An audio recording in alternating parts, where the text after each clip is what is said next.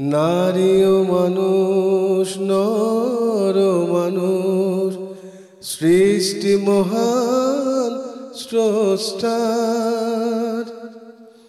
কর্মগুণে আমরা মানুষ, নেই তো কোনো অহংকার। আসসালামু আলাইকুম প্রিয় দর্শক, এনটিভির নিয়মিত পাক্ষিক আয়োজন লাভেলো নিবেদিত মহিলাঙ্গন নিয়ে আপনাদের সাথে আছি আমি মহসিনা শারমিন নিশাদ।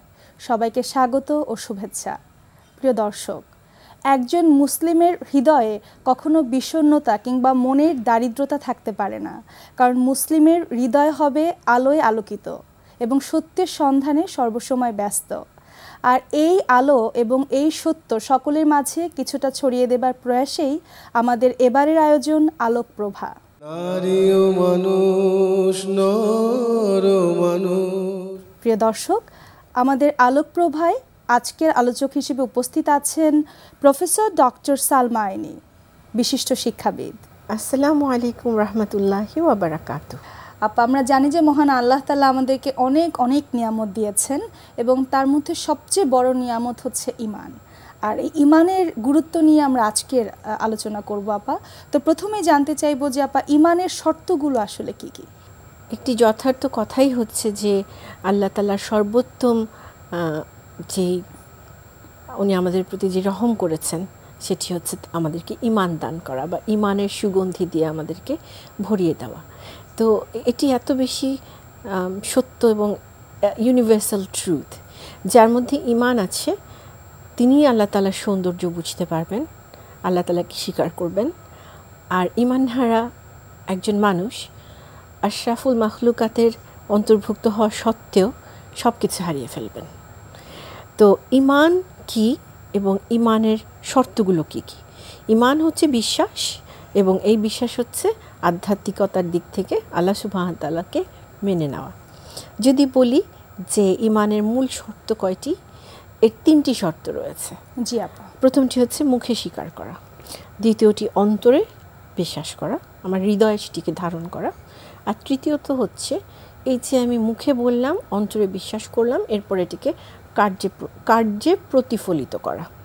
তার মানে হচ্ছে আমাকে প্রথমে মুখে স্বীকার করতে হবে যে আল্লাহ সুবহানাল্লাহু তাআলা ছাড়া আর কোনো উপাস্য নেই, কেউ ইবাদতের যোগ্য নন, একমাত্র তিনি ইবাদতের যোগ্য, একমাত্র তার কাছেই আমরা মাথা নত করব। সিজদা শুধুমাত্র তাকে দেয়া যাবে, আর কাউকে না। তিনি সর্বশক্তিমান, সব কিছুর মালিক, সব কিছু তৈরি করেছেন, এবং তিনি কুরআনুল কারীমে আমাদেরকে যা কিছু করতে আদেশ দিয়েছেন তা নিঃসন্দেহে আমাদেরকে পালন করতে হবে, আর যা কিছু নিষেধ করেছেন তা সব কিছুই আমাদেরকে বর্জন করতে হবে।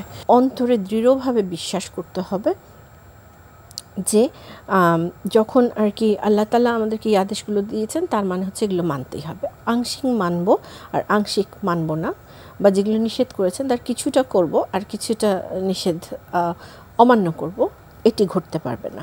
আল্লাহ তাআলা বলেন, তারা যখন ঈমানদার লোকদের সঙ্গে মিলিত হয় তখন বলে আমরা ঈমান এনেছি, কিন্তু নিরিবিলিতে যখন তারা তাদের শয়তানদের সঙ্গে একত্রিত হয় তখন তারা বলে আসলে আমরা তোমাদের সঙ্গেই রয়েছি, আর এদের সঙ্গে আমরা শুধু ঠাট্টাই করি।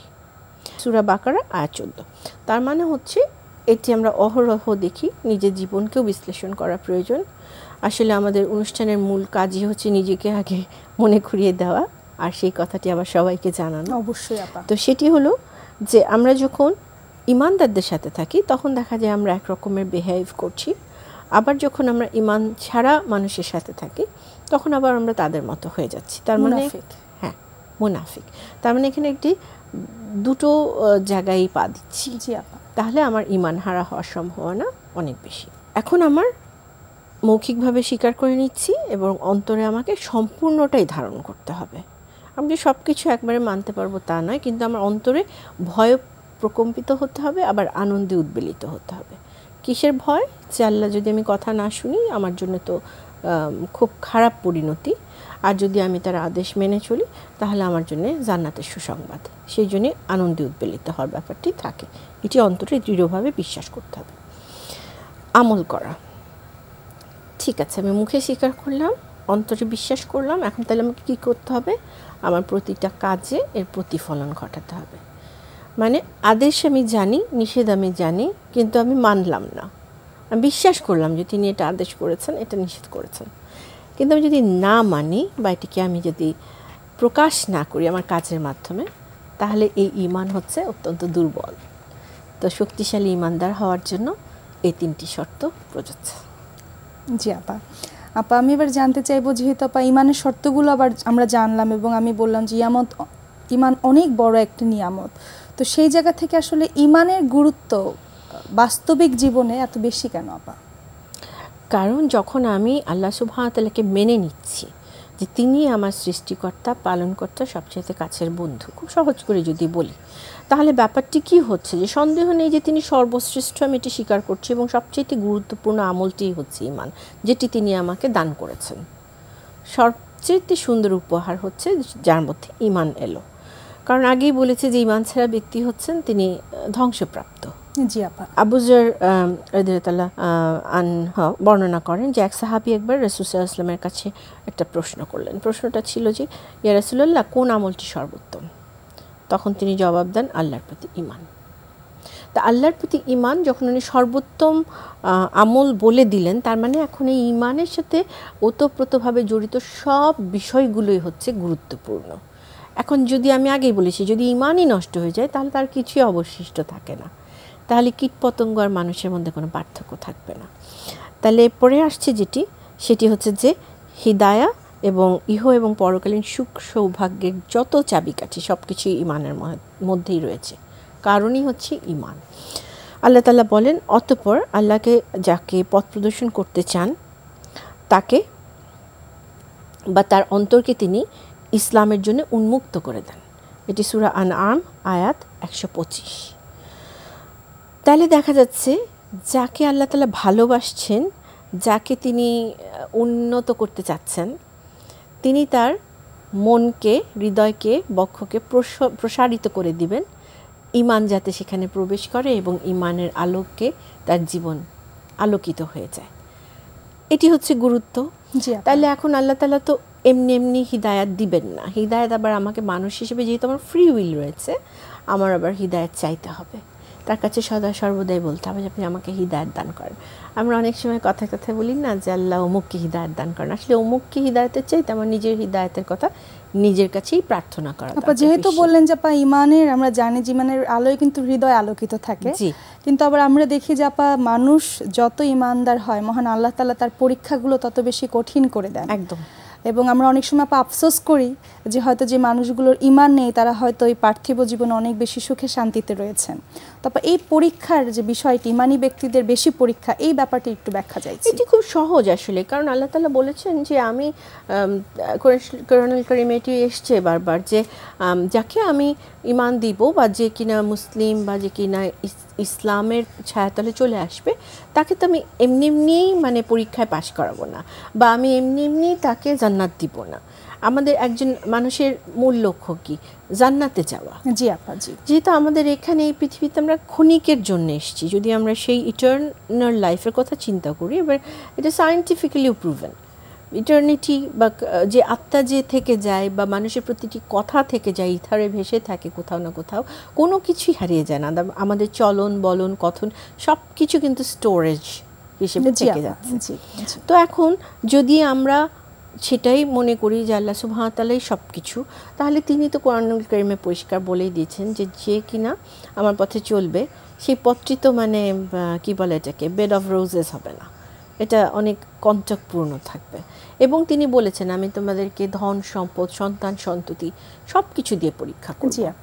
দুঃখ, কষ্ট, বেদনা, বিরিভমেন্ট, প্রিয়জন হারিয়ে যাওয়া, চলে যাওয়া, জীবন থেকে অনেক ধনী ছিলেন, হঠাৎ করে কেউ খুব দরিদ্র হয়ে গেলেন, মানে প্রতিটি ক্ষেত্রে আমি ঈমান তোমার কতটুকু সচল, কতটুকু অটুট, সেটি আল্লাহ তাআলা দেখবেন।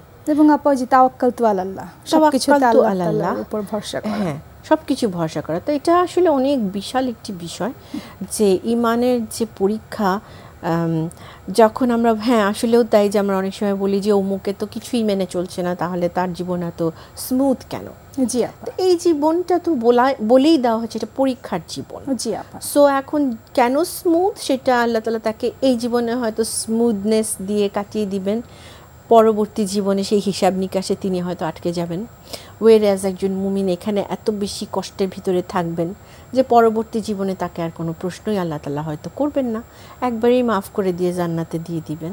কাজে ঈমান যার যত বেশি দৃঢ় হবে, তিনি কষ্ট দুঃখ সহিষ্ণুতা, তার মানে কষ্ট দুঃখ বাড়বে এবং সহিষ্ণুতাও আল্লাহ তাআলা তাকে অনেকটা আপা যেমন স্বর্ণ খনি হওয়ার জন্য অনেক বেশি পড়তে হয়, ইমানি ব্যক্তি আপা অনেক পরীক্ষার মাধ্যমে কিন্তু তিনি নিজেকে প্রমাণ করেন যে তিনি সত্যিকারের ইমানি ব্যক্তি।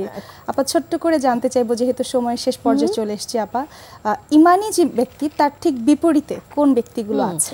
ইমানের ব্যক্তিত্ব আমি বলেই দিলাম যে তার আসলে 4টি মৌলিক বিষয় তার ধারণা থাকতে হবে, বিশ্বাস থাকতে হবে। আল্লাহ, ফেরেশতা, আসমানি কিতাব, নবী রাসূল, কিয়ামত, তাকদীর, মৃত্যুর পরে পুনরুত্থান, এই 7টি বিষয় একজন মৌলিক ইমানের বিষয়বস্তু এগুলো। তো এখন যিনি এর ভেতরে যে কোনো একটি অস্বীকার করবেন তাকেই কিন্তু ইমানচ্যুত হয়ে যাবেন তিনি। ফর এক্সাম্পল, উনি আল্লাহ বিশ্বাস করছেন, ফেরেশতাতে বিশ্বাস করছেন, শেষ পর্যন্ত তাকদীরে বিশ্বাস করলেন না, যে না আমার তাকদীর আমি নিজেই তৈরি করে ফেলতে পারি বা তাকদীর বলে কিছু নেই। অথবা মৃত্যুর পরে সবই বিশ্বাস করলাম, কিন্তু আবার যে আমি উঠবো এটা নিশ্চয়তা কি? আমি জাস্ট উদাহরণ হিসেবে বলছি। কোনো একটিতে যদি ঘাটতি পড়ে যায় বা আমি মানে বিশ্বাস মুখে মুখে করলাম বাট আমি এটা খুব একটা কেয়ার করলাম না, তার মানে হচ্ছে সেখানে ইমানের বিপরীত ঘটনা ঘটে যাচ্ছে। এবং বিশ্বাস না করলে কিন্তু আপা সেটি কাজে কিন্তু আপা প্রতিফলন ঘটে। তো আমরা যাতে সবাই খেয়াল রাখি যে ইনশাআল্লাহ তাআলা আমাদের কোনো কাজকর্মে, কোনো আচার ব্যবহারে আমরা যাতে ইমানের বিপরীত, ইমানের 7টি স্তম্ভ রয়েছে তার বিপরীত কোনো কাজ না করি। মহান আল্লাহ তাআলা আমাদেরকে কবুল করুন আপা। আপনাকে অনেক ধন্যবাদ এত সুন্দর আলোচনার জন্য। আপনাকেও অনেক অনেক শুকরিয়া। নারী ও মানুষ, নর ও মানুষ, সৃষ্টি মহান স্রষ্টার। প্রিয় দর্শক, মহান আল্লাহ তাআলা সূরা মুমিনুনে স্পষ্ট করে বলেছেন যে অবশ্যই সফলকাম হয়েছে মুমিনরা যারা নিজেদেরকে নামাজে বিনয়ী এবং অনর্থক কথাবার্তা থেকে বিরত রাখে। অর্থাৎ আমরা বুঝতে পারি যে ইসলাম কথাবার্তার উপর কত বেশি গুরুত্ব দিয়েছে। প্রিয় দর্শক, আমাদের আজকের আলোচনার বিষয় কথার মাধুর্য। নারী ও মানুষ, নর ও মানুষ। আর এই সুন্দর বিষয়টি নিয়ে আলোচনা করবার জন্য আজকে স্টুডিওতে আলোচক হিসেবে উপস্থিত আছেন Mahsina Momtaz Maria, teacher trainer and education consultant. আসসালামু আলাইকুম আপা। ওয়ালাইকুম আসসালাম আপা। কথার মাধুর্য অনেক সুন্দর একটি বিষয়। তো আপা, এইটি নিয়ে আলোচনা করবার আগে প্রথমেই জানতে চাইবো যে কথা বিষয়টি এটি আসলে কি এবং এটি কেন আসলে আমরা কথা বলি?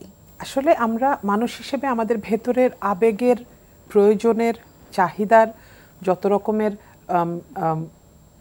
চাহিদাগুলো হয় সেটার একটা এক্সপ্রেশন হিসেবে আমরা কথা বলতে পারি। আমাদের চরিত্রের একটা দরজা হতে পারে কথা, সেভাবে বলা যেতে পারে। আমার প্রয়োজনগুলোকে, আমার আবেগগুলোকে, আমার ভেতরের চাহিদাগুলোকে যখন আমি মানুষকে বোঝাচ্ছি, চারপাশের মানুষকে জানাচ্ছি, সেটা আমি কথার মাধ্যমে জানাই। সেই দিক থেকে কথা একটা খুব আমাকে বোঝানোর জন্য, আমার জন্য কথা একটা অনেক বড় একটা হাতিয়ার। জি আপা, তো এবারে জানতে চাইবো বা আমরা যেটি জানি আপা যে তিরমিজি শরীফে আছে যে ব্যক্তির জীবনে ইসলামের সৌন্দর্য প্রকাশ পায় তার অহেতুক কথা এবং কাজ ছেড়ে দেওয়ার মাধ্যমে। অর্থাৎ আপা আমরা বুঝতে পারি যে কিছু কথা গুরুত্বপূর্ণ এবং কিছু কথা হচ্ছে যেটি আসলে প্রয়োজন নেই কিংবা অপ্রয়োজনীয়, যেটি মানুষের ব্যক্তিসত্তায়ও অনেকটা আঘাত করে। তো সেই জায়গা থেকে আপা কথার অহংকারগুলো বা অলংকারগুলো কি হওয়া প্রয়োজন? কথার অলংকার আসলে অনেক, যদি আমরা খুব সুন্দরভাবে চিন্তা করি, একটা মানুষের জন্য কিন্তু তার কথাটা তাকে চেনার জন্য অনেক বড় একটা উপায় না? একটা মানুষের তার শিক্ষাটা কি, সে কোন পরিবার থেকে এসেছে, সে কিভাবে নিজেকে তৈরি করেছে, প্রত্যেকটা জিনিস সেই মানুষটার কথা শুনলেই বোঝা যায়। তো সেই জন্য কথার অলংকার যে প্রশ্নটা আপনি করলেন, এটা খুব জরুরি একটা জিনিস। এটা নিজের সাথে নিজে হোমওয়ার্ক করার একটা কাজ। তো এই জন্য কথার অলংকার সেভাবে যদি আমরা চিন্তা করি, একজন সুন্দর স্বাভাবিক সুন্দর মনের অধিকারী একজন মুসলমানের কথা যদি আমরা বলি, তার কথার কিছু স্পেশাল অলংকার থাকতে হবে। যেমন প্রথম যে অলংকারটা তার থাকা উচিত সেটা হচ্ছে কথার প্রয়োজনীয়তাটা বুঝতে পারা। যেমন আমি যখন এক জায়গায় কথা বলছি, সেখানে আমি কি বলতে চাচ্ছি সেটার থেকে বেশি ইম্পর্টেন্ট হচ্ছে, আমি যদি অলংকারের কথা চিন্তা করি, আমার থেকে লোকে কি শুনতে চাচ্ছে, তাই না? অনেক সময় এরকম হয় যে আমি যেটা বলতে চাচ্ছি সেটা নিয়ে বেশি কনসার্ন হয়ে যাই, সেটা নিয়ে বেশি কেয়ারফুল হয়ে যাই, কিন্তু আমি বুঝতে পারি না যে আমার চারপাশের মানুষ আমার একটা কথাও শুনতে চাচ্ছে না। হ্যাঁ, ওইটা বুঝতে পারা, এটা একটা অনেক বড় একটা গুণ কথার। দ্বিতীয় যে কথার গুণটা আমি বলবো সেটা হচ্ছে, আমরা যেরকম খাবার দাবারের ডায়েট কন্ট্রোল করি, সেরকম কথার একটা ডায়েট মেনটেন করা, না? পরিমিত কথা বলা। আমি যেই জায়গাটাতে কথা বলছি সেখানে কতটুকু কথা বললে আমার ব্যক্তিত্ব, আমার অবস্থানটা সুন্দর থাকবে সেটা বুঝতে পারা। তারপরে কথার স্বাস্থ্যকরভাবে কথা বলা, অস্বাস্থ্যকর বা মানুষকে আঘাত দেয়া হয়ে যায়, মানুষকে কষ্ট দেয়া হয়ে যায়, এইভাবে সেই ধরনের অস্বাস্থ্যকর কথাগুলোকে অ্যাভয়েড করা। তৃতীয় যেই কথার গুণটার কথা বলবো, অলংকারটার কথা বলবো, সেটা হচ্ছে কথার ওজন বুঝতে পারা। আমরা অনেক সময় এরকম করি যে কোনো একটা খুব সিরিয়াস একটা প্রোগ্রামে হয়তো অনেক হাস্যকর কথা বারবার বলছি, আমি হয়তো মনে করছি মানুষ মজা পাচ্ছে, কিন্তু আসলে অনেক সময় এটা মানুষ ভালোভাবে নেয় না। আবার উল্টোটাও হতে পারে, আমি হয়তো একটা হাস্যরসের যে একটা জায়গা আছে, হয়তো বন্ধু বান্ধবদের মধ্যে কথা বলছি, সেখানে আমি ওদের দুষ্টুমি করা কথাকে অনেক সিরিয়াসলি নিয়ে নিচ্ছি। তো এই জন্য কথার ওজনটা বুঝতে পারা, এটাও আমার কথাকে অলংকৃত করতে পারে অনেকটা। এটা একটা রিমোট কন্ট্রোলের মতন আর কি, যে আমার হাতে আমার কথার রিমোটটা থাকবে। আমার যখন দরকার আমি ভলিউম কমাবো, যখন দরকার বাড়াবো, যখন দরকার কন্টেন্টগুলো আমি ডিসাইড করতে পারবো, এই ধরনের একটা বিষয়। আর সর্বশেষ যে অলংকারটার কথা বলবো সেটা হচ্ছে আমাদের কথার যে বৈচিত্র্য, এটা বুঝতে পারা। আল্লাহ রাব্বুল আলামিন সূরা হুজুরাতে বলেছেন, আমি মানুষকে বিভিন্ন গোত্রে, বিভিন্ন বংশে, বিভিন্ন বর্ণে আলাদা আলাদা করে পাঠিয়েছি যাতে তোমরা একজন আরেকজনকে চিনতে পারো। তার মানে আমার চারপাশের সবগুলো মানুষ সবাই আমার মতন কথা বলবে, সবাই আমি যেরকম করে চাচ্ছি ওরকম করেই কথা বলবে, ব্যাপারটা কিন্তু সেটা না। আমি যদি এটা নিয়ে ক্রিটিসাইজ করি, অমুকের কথা ভালো না, অমুকের কথা সুন্দর না, বা তার আঞ্চলিক ভাষাটা শুনতে ভালো না, এটা যদি করি, তাহলে কিন্তু আমার যেটা হবে, আমার কথার অলংকার তো নষ্ট হবেই, সাথে সাথে আমি আল্লাহ রাব্বুল আলামিন আমার জন্য যে বৈচিত্র্যটাকে পছন্দ করেছেন, মানুষকে যেভাবে দলে দলে গোত্রে গোত্রে ভাগ করাকে পছন্দ করেছেন, আমার সেটার এগেইনস্টে অবস্থান নেওয়া হয়ে যাবে। তো সেই জন্য এই জিনিসগুলো খেয়াল রাখলে যেটা হবে, আমার কথাটা সত্যিভাবে একটা অলংকৃত কথায় পরিণত হবে ইনশাআল্লাহ। জি আপা, অনেক সুন্দর উত্তর। আপা, আমরা জানি যে মহান আল্লাহ তাআলা সূরা কাফ 18 নম্বর আয়াতে স্পষ্ট করে বলেছেন যে মানুষ যে কথায় উচ্চারণ করে তার সংরক্ষণের জন্য তার কাছে অদৃশ্য তৎপর প্রহরী রয়েছে। অর্থাৎ আপা, আমরা যাই বলছি সব কিছুই কিন্তু লিপিবদ্ধ থাকছে, এবং যেটির জন্য কিন্তু মহান আল্লাহ তাআলার কাছে আমাদের দাঁড়াতে হবে, তার উত্তর আমাদের দিতে হবে। তো সেই জায়গা থেকে কথার অপব্যবহার থামানোর জন্য আমাদের আসলে কি করা প্রয়োজন?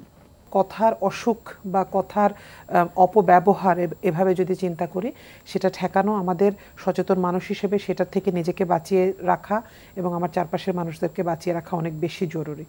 আর এই কথার অসুখ থেকে বাঁচতে হলে আমরা যদি আল্লাহ রাসূলের প্রেসক্রিপশনগুলোর দিকে তাকাই, আমার মতে মনে হয় প্রথম প্রেসক্রিপশনটা হওয়া উচিত, প্রথম মেডিসিন যেটা ইউজ করা উচিত, হাসি। আল্লাহ রাব্বুল আলামিন হাসিমুখ, হাস্যোজ্জ্বল মানুষকে অনেক পছন্দ করেন। আল্লাহ রাসূল অনেকবার বলেছেন, হাসি দিয়ে আরেকজনের সাথে কথা বলা একটা সাদাকা, এভাবেও বলা হয়েছে। সুতরাং হাসিটা যদি আমার কথার একটা সঙ্গী হয়, তখন যেটা দেখা যাবে যে আমি চাইলেও অনেক কর্কশভাবে কারোর সাথে কথা বলতে পারবো না। যেহেতু হাসি একটা সাদাকা, সেজন্য আমি কিছু এক্সট্রা সোয়াবও এটার জন্য পেয়ে যাব। দ্বিতীয় যেই মেডিসিনটা বা যে ওষুধটা আমরা চিন্তা করতে পারি, সেটা হচ্ছে উত্তম কথা। নিজেকে সবসময় উত্তম কথাই যেন আমি বলি, আমি যেন উত্তম কথার একজন বক্তা হই বা একজন কথা বলার মানুষ হই, সেই জন্য নিজেকে ট্রেন করা। সূরা বনী ইসরাঈলে আল্লাহ বলেছেন, তোমরা উত্তম কথা দিয়ে মানুষকে ডাকো।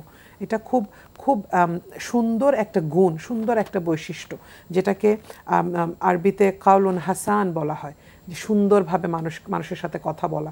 এবং হযরত মুসা আলাইহিস সালামকে আল্লাহ রাব্বুল আলামিন বলেছিলেন যে তুমি যখন ফিরাউনের কাছে যাবে তুমি তোমার সুন্দর ভাষা ব্যবহার করবে যাতে সে খুশি হয়, যাতে সে তোমাকে কষ্ট দিতে না পারে। তো উত্তম কথাকে যদি আমি আমার একটা মেডিসিন হিসেবে নেই এবং নিজেকে সবসময় বিচার করতে থাকি যে আমার কথা কখনো যেন উত্তম অবস্থা থেকে সরে না যায়, এটা একটা মেডিসিন হতে পারে। দ্বিতীয় যেটা হতে পারে, আপনার খুব সুন্দর একটা রেফারেন্স আপনি যেটা শুরুতেই দিয়েছেন যে সূরা মুমিনুনে আল্লাহ রাব্বুল আলামিন যেটা বলেছেন বেহুদা কথা থেকে দূরে থাকা।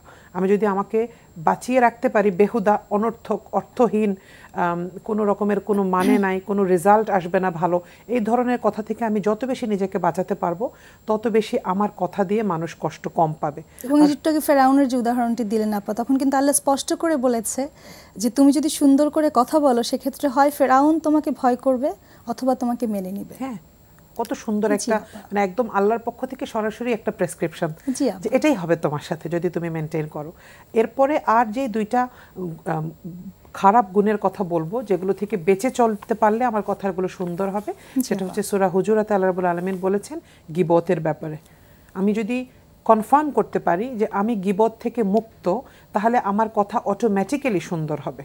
আমি গীবত মুক্ত কথা যদি বলতে পারি। এবং ওই একই সূরায় আল্লাহ এটা বলেছেন তোমরা অতিরিক্ত ধারণা করা থেকে দূরে থাকবা। মানুষের ব্যাপারে ধারণা করা, বিশেষ করে আমরা মেয়েরা এটা অনেক বেশি করি না, যে মানুষকে নিয়ে ধারণা করছি। হয়তো আমার ঘরের যে কাজ করতে আসছে যে মেয়েটা, সে হয়তো একদিন একটু আমাকে দেরি করে আসলো, সে একটা কথা বললো, আমি বললাম না ও মনে হয় মিথ্যা বলছে আমার সাথে, ও এটা ঠিক বলে না, ও মিথ্যা কথা বলে এরকম অ্যাবসেন্ট করে। তো এই যে মানুষের ব্যাপারে আমরা যখনই একটা ধারণা করে ফেলছি তখনই আমার গুনাহ শুরু হচ্ছে এবং তার সাথে আমার সম্পর্কটাও ডিটেরিওরেট করছে।